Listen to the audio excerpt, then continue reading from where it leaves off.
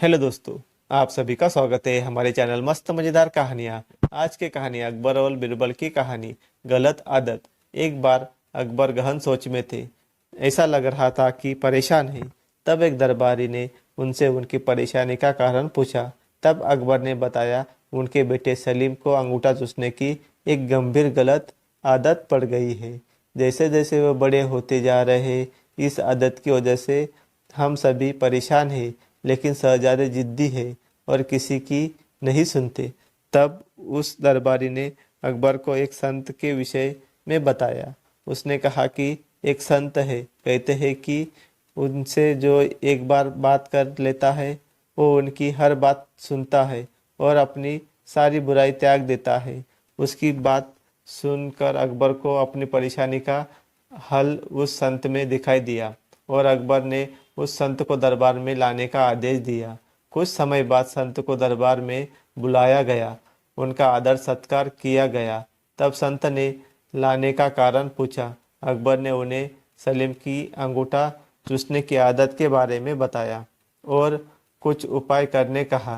अकबर और सभी दरबारी टकटकी लगाते संत को देखने लगी कि वो क्या उपाय करता है। लेकिन संत कुछ देर सोचने के बाद बोला, उसे एक हफ्ते का समय चाहिए। और ऐसा कहकर वो बिना सलीम से मिलने चला गया। उस समय दरबार में महान बीरबल भी मौजूद थे। एक हफ्ते बाद संत आया और उसने सबसे पहले सलीम को बुलाया और उससे बहुत देर बातें की और उन्हें खेल खेल में यह सिखाया कि अंगूठा चूसना सेहत के लिए हानिकारक है, इसलिए उन्हें ऐसा नहीं करना चाहिए। और सलीम को बात समझ आ गई और उन्हें सबके बीच कभी अंगूठा ना चूसने की कसम खाई। संत ने जो बातें सलीम को समझाई वो सभी आम बातें थी। वो चाहते तो वह बातें उसी दिन दरबार में कह सकते हैं, लेकिन उसने हफ्ते का समय लिया। यह बात अकबर और दरबारियों को हजम नहीं हुई और उन्होंने इसे दरबार की तौहीन माना और अकबर से संत को सजा देने की मांग कर डाली। अकबर भी दरबारियों की बात से सहमत थे और उन्होंने भी सजा देने तय किया। लेकिन जैसे कि वे हर फैसले के पहले बीरबल का मशवरा लेते थे, उन्होंने इस बार भी बीरबल की तरफ देखा और पूछा कि आज तुम इतने खामोश क्यों हो? क्या तुम्हें नहीं लगता इस संत को सजा मिलनी चाहिए? तब बीरबल अपने अंदाज में खड़ा होते हैं, दरबार के बीच जाकर कहते हैं कि जहाँपना मैं बिल्कुल उल्टा सोच रहा हूँ, इसलिए खामोश हूँ। सभा में हल्ला मचने लगा है। सभी को आश्चर्य है कि उल्टा मतलब क्या। तब बीरबल कहता है, मेरे हिसाब से संत महान है, हमें इनसे सीख लेनी चाहिए और गुरु मानकर इनका आशीर्वाद लेना चाहिए और इनके साथ हुई गुस्ताखी की माफ़ी भी मांगनी चाहिए। यह सुनकर सभी को गुस्सा आ जाता है और दरबार में कोहराम मच जाता है।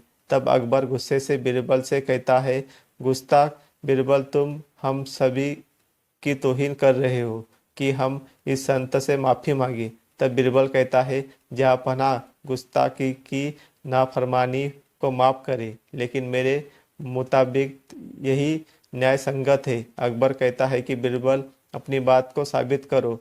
तब बीरबल बताता है, जिस दिन संत पहली बार दरबार में आए थे और आप उनसे शहजादे की बात कर रहे थे, तब उनके हाथों में चूने की एक डिबिया थी जिससे निरंतर चूना निकालकर वे खा रहे थे। लेकिन आज उनके हाथ में कोई डिबिया नहीं है, क्योंकि जब आप उनसे शहजादे की गलत आदत की बात कर रहे थे तब ही उन्हें अपनी गलत आदत का एहसास हुआ और उन्होंने एक हफ्ते का समय खुद को सुधारने के लिए मांगा और अपने आप को सुधार कर उन्होंने आज सलीम को न्याय दिया। ऐसे लोग बहुत कम होते हैं जो अब पहले खुद की कमी को देखे और उसे सुधारे। इसलिए मेरे हिसाब से ये एक महान संत है। सभी को बात समझ आती है और सभी संत से माफ़ी मांग उनसे आशीर्वाद लेते हैं। कहानी से सीख, किसी को ज्ञान देने अथवा सीख देने से पहले अपने अंतःकरण में अवश्य झांकिए कि क्या आप खुद उस ज्ञान के दायरे में जीवन जीते हैं। क्या आप में वे सभी गुण है जिसका ज्ञान आप दूसरों को दे रहे हैं। अगर नहीं तो पहले खुद को सुधारे फिर दूसरे को ज्ञान दे, और अगर आप खुद सुधार नहीं सकते तो दूसरे को ज्ञान देना का आपका कोई हक नहीं बनता। यह थी अकबर और बीरबल की कहानी गलत आदत। आपको कैसी लगी कमेंट करके जरूर बताना, और हमारे चैनल पर नए चैनल को सब्सक्राइब करना, बेल बटन को प्रेस करना, वीडियो को लाइक और शेयर करना। और आप सभी का धन्यवाद।